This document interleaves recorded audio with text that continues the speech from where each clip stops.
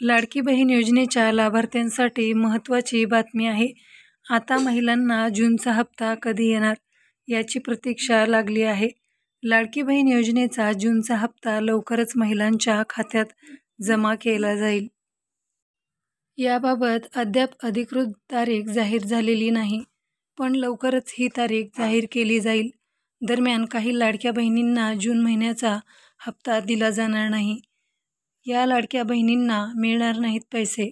लाडकी बहीण योजनेच्या लाभार्थ्यांसाठी काही निकष निश्चित करण्यात आले आहेत. या निकषामध्ये बसणाऱ्या महिलाच या योजनेचा लाभ घेऊ शकणार आहात. या योजनेचा निकषाबाहेर जाऊन कोणी लाभ घेतला असेल तर त्यांचेही अर्ज बाद करण्यात आले आहेत. लाखो महिलांना आत्तापर्यंत या योजनेतून बाद करण्यात आले आहेत. महाराष्ट्रातील महिलांनाच या योजनेचा लाभ मिळणार आहे.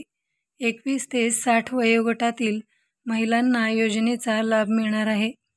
लाडकी बहीण योजनेचा लाभ घेणाऱ्या महिलांनी इतर कोणत्याही योजनेचा लाभ घेतलेला नसावा. सरकारी कर्मचारी असलेल्या महिलांना देखील योजनेचा लाभ मिळणार नाही.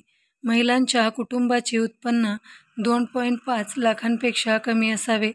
जर हे उत्पन्न जास्त असेल तरीही महिलांना योजनेचा लाभ मिळणार नाही.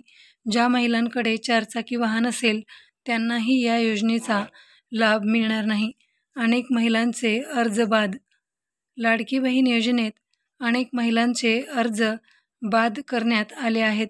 लाडकी बहीण योजनेच्या नावाखाली अनेक फ्रॉड झाल्याच्या घटना समोर आल्या आहेत.